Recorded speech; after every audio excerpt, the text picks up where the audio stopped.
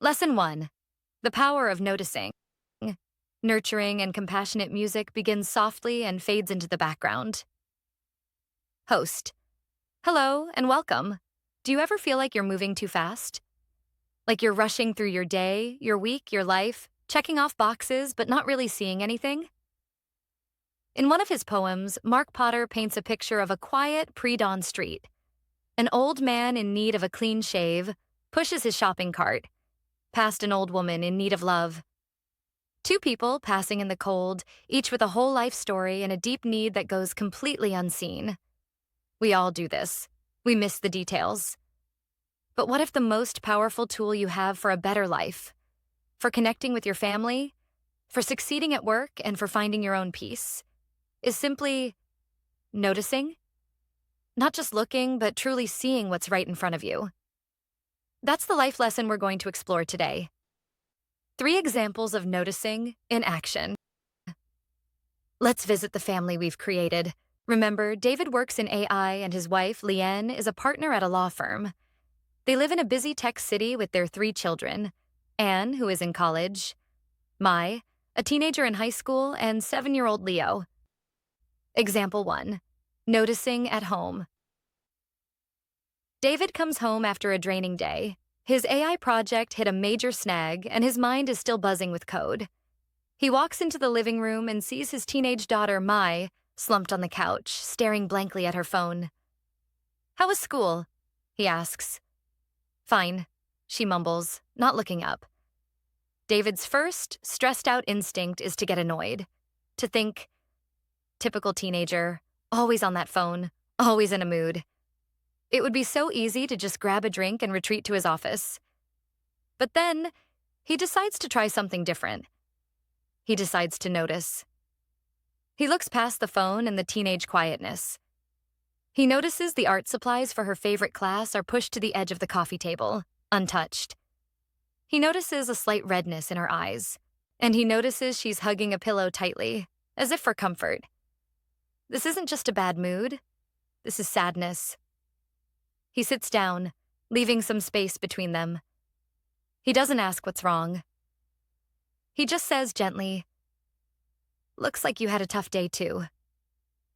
Mai is quiet for a moment, and then she puts the phone down. "My best friend is moving," she says, her voice cracking. By noticing the details, David opened a door to connection that his stress almost slammed shut. Example 2.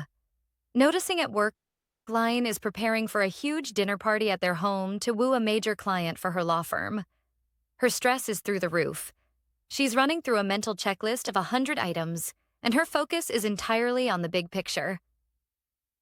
As she walks through her office building late at night, she passes the cleaning crew. Usually she gives a polite but distracted nod. But tonight, she thinks of a line from another poem.